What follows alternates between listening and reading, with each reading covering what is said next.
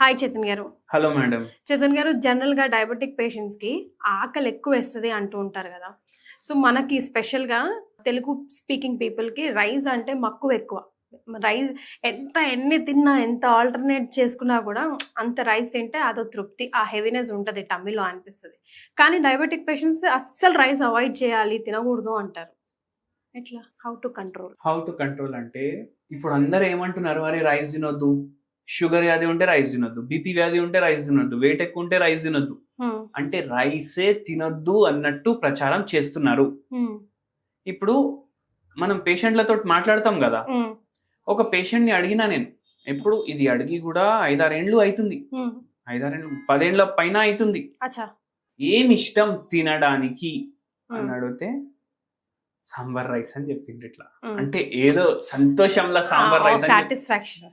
Sambar rice అనేసి అన్నారు. ఎందుకు అంత దాంతోటి ఎందుకు అంటే లేదండి మేము మొత్తం రైస్ మానేసినాం.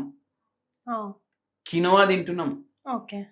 మళ్ళా దాని తర్వాత ఓట్స్ తింటున్నాం. హ్మ్. మళ్ళా రైస్ అస్సలు తినట్లేదా అంటే లేదండి తినట్లేదు అన్నారు. మరప్పుడు షుగర్ లెవెల్ తగ్గిపోవాలిగా. మళ్ళీ ఆ! ఎందుకు మిమ్మల్ని అప్రోచ్ అయినట్టు? షుగర్ ఉంది అయినా. అదే. అయినా తగ్గలేదు. అచ్చా ఇంకోటి మీరు చెప్పండి. మీ డ్యాడీ వాళ్ళకి షుగర్ ఉందా? లేదు. మీ తాత వాళ్ళకి షుగర్ ఉందా? లేదు. రైస్ తింటే దాని అర్థం ఏందంటే షుగర్ రావాలని గ్యారంటీ లేదు. హ్మ్. హ్మ్. అవునా హ్మ్. కాదా? హ్మ్. ఆళ్ళకి లేదు కదా! లేదు.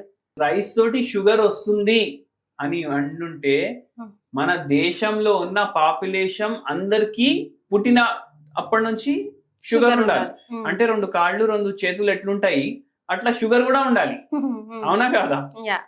Over a period of time ఏమైందంటే క్వాలిటీ ఆఫ్ లైఫ్ మనది బెటర్ అయింది మనకు అనిపిస్తది. హ్మ్. ఇప్పుడు ఇంతకుముందు ప్రోగ్రామ్‌లు వస్తుండే కదా! దూరదర్శన్ అని ఒక్కటే ఛానెల్ ఉండే. హ్మ్. ప్రోగ్రామ్‌లు వస్తే ఆ చిత్రహారు ఏదో ప్రోగ్రామ్ వస్తే మనం ఏం చేస్తుండే అరే 7:30 అయితుంది చిత్రహార్ వస్తదని మన ఇంటి పక్కకున్నోళ్ళ ఎవరి దగ్గర అయితే టీవీలు ఉంటుండే ఆళ్ళ దగ్గర ఎళ్లి చూస్తుండే. అవునండి.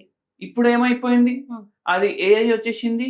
ఏయ్ సిరి ప్లే థిస్ సాంగ్ అనేసి చెప్తే అదే యూట్యూబ్‌లో ప్లే చేస్తది. హ్మ్.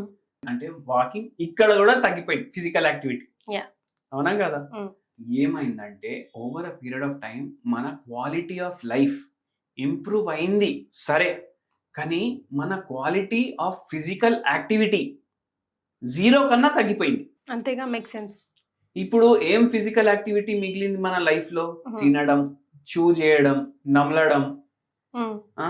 బయటికెళ్తే లిఫ్ట్ ఉంటది. లేకపోతే కార్ గాని, క్యాబ్ గాని ఉంటది. అంతెందుకు ఒక అపార్ట్‌మెంట్ తెలుసు నాకు. హ్మ్. ఆ అపార్ట్‌మెంట్‌లా హ్మ్. పోయి ఇప్పుడు వేరే అపార్ట్‌మెంట్ అయినా ఉందనుకోండి. ఆ కార్ పార్కింగ్ నుంచి లిఫ్ట్ వరకైతే నడుస్తాడు కదా మనిషి. అవునండి. ఇక్కడ ఏంది అంటే లిఫ్ట్ వరకు కార్ పోతది. అవును. ఇప్పుడు. లిఫ్ట్‌లకెళ్ళి దిగితే వాలే పార్కింగ్ ఉంటది. హ్మ్. ఇంట్ల. అంటే ఏమైపోతుంది మనిషికి మీరు ఆలోచించండి. హ్మ్.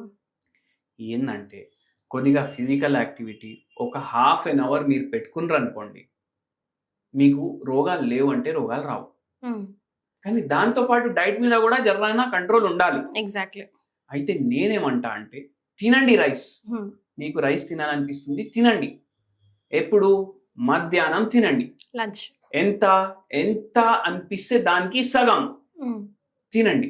మళ్ళా కడుపు నిండుతదా అనేసి అంటారు. హ్మ్. ఎక్కువ మీరు వెజిటబుల్ సాలడ్ ప్రిఫర్ చేయండి ప్రతి మీల్‌తో. హ్మ్. మళ్ళా దాని తర్వాత మీరు ఎక్కువ ఏదైతే కర్రీస్ కానీ వండుకుంటారు గదా! హ్మ్. దాంట్లో నూనె ఎంతైతే వాడతారో అది చాలా తక్కువ వాడండి. ఓకే. ఈ పేషెంట్‌కి గూడా అదే చెప్పినాను నేను. హ్మ్. చాలా తక్కువ నూనె వాడండి అనేసి చెప్పినాం. హ్మ్. మళ్ళా కినోవా వద్దు అంటారా అంటే, అరే! కినోవా ఎందుకు కొంటారమ్మా? హ్మ్. అప్పుడు కినోవా రేట్లు గూడా ఫుల్ స్కై రాకెటెడ్ ఉండే. అప్పుడప్పుడు కొత్తగా వచ్చింది. అవునండి. అది గూడా కొనకండి. మళ్ళా ఇట్లా జేసుకోవచ్చా అంటే, అవును చేసుకోవచ్చు అన్నా. మళ్ళా ఇంకోటి గూడా ఆప్షన్ ఇస్తా మీకు. హ్మ్. మనం ఏదైతే వైట్ రైస్ తింటాం గదా! హ్మ్. దాని జిఐ ఇండెక్స్ హ్మ్. 73-80 ఉంటది. ఓకే. అంటే ఏంది అంటే, మనం ఇట్లా తినంగానే ఫట్ అనేసి గ్లూకోజ్ పైకి పోతది. హ్మ్. అదే మీరు మట్టా రైస్ తిన్నారనుకోండి. మట్టా రైసా? మట్టా రైస్ ఓకే. దాని జిఐ ఇండెక్స్ 50-60కి ఉంటది. ఓహ్! హాఫ్ ఆల్‌మోస్టా? లైక్ హాఫ్ కాదు 3, 4. 30% తక్కువ 40% తక్కువ ఉంటది అనుకోండి. అట్‌లీస్ట్. హ్మ్. ఇప్పుడు ఈ మట్టా రైస్ అంటే ఏంది? ఇది ఏంది అంటే మీరు బండి తీసుకొని ఇంకా సౌత్ కి వెళ్ళిర్రు అనుకోండి, ఉమ్, కేరళకి పోయినరు అనుకోండి, ఉమ్, అక్కడ వాళ్ళు రైస్ తింటారు. ఉమ్. ఆ రైస్ ని మట్టా రైస్ అన్న అంటారు, లేదు అంటే రోజ్ మట్టా రైస్ అన్న అంటారు. ఓకే, కేరళ రైస్ వేరే ఉంటది, కొంచెం కొంచెం లావుగా different గా, లావు ఉంటది, పొట్టిగా. ఎందుకంటే అది పార్ బాయిల్డ్ రైస్. అది ఓకే. న్యూట్రిటివ్ క్వాలిటీ కూడా ఉంటది, అండ్ దాంతో పాటు ఉమ్. మీకు జిఐ ఇండెక్స్ కూడా తక్కువ ఉంటది. జిఐ ఇండెక్స్ తక్కువ ఉంటే డయాబెటిక్ పేషెంట్స్ కి ఎట్లా హెల్ప్ అవుతుంది? ఎట్లా హెల్ప్ అవుతుంది అంటే సడన్ గ్లూకోజ్ స్పైకులు రావు. ఓకే. మళ్ళా దాంతో పాటు లాంగ్ రన్ లో అది HbA1c కూడా తగ్గించడానికి హెల్ప్ చేస్తుంది. Oh, okay. Fasting levels, post lunch levels తగ్గించడానికి హెల్ప్ చేస్తుంది. ఓకే. అట్లా హెల్ప్ఫుల్ ఉంటది. మళ్ళా ఇంకోటి వెరీ ఇంపార్టెంట్ పాయింట్ ఏంది అంటే, అందరు మనం మార్నింగ్ ఏం తింటాం? దోశలు, ఉమ్, ఇడ్లీలు, ఉమ్, వడాలు, మైసూర్ బజ్జీలు, ఇవే తింటాం కదా. అంతే.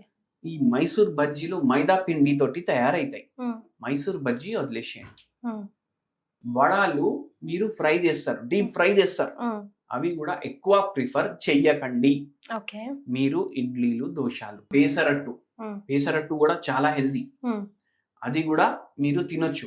ఓకే. అయితే వీటితోటి మీరు వైట్ రైస్ తోటి తింటే మాకు టేస్ట్ వస్తుంది అంటారు. ఉమ్, ఏం చేయండి, వైట్ రైస్ బదులు మట్టా రైస్ ప్రిఫర్ చేయండి. ఇడ్లీలు, దోశలు పిండి కలిపేటప్పుడు ఉమ్, దోశలు క్రిస్పీ కూడా అవుతాయి, ఉమ్. టేస్ట్ కూడా మంచిగా ఉంటది, జిఐ ఇండెక్స్ కూడా తక్కువ ఉంటది. ఎస్. సో హెల్త్ కి హెల్త్, టేస్ట్ కి టేస్ట్. ఈ పేషెంట్ కి కూడా డైట్ ఇట్లా మాడిఫై చేసినాము, మందులు ఇచ్చినాము. పేషెంట్ కి షుగర్ వ్యాధి మన దగ్గర 2 years వాడిర్రు, ఓకే. పూర్తిగా రివర్స్ అయింది. ఓకే. వా. తిమ్మిర్లు, మంటలు అన్నీ ఉండే, ఉమ్, అవి కూడా తగ్గినాయి.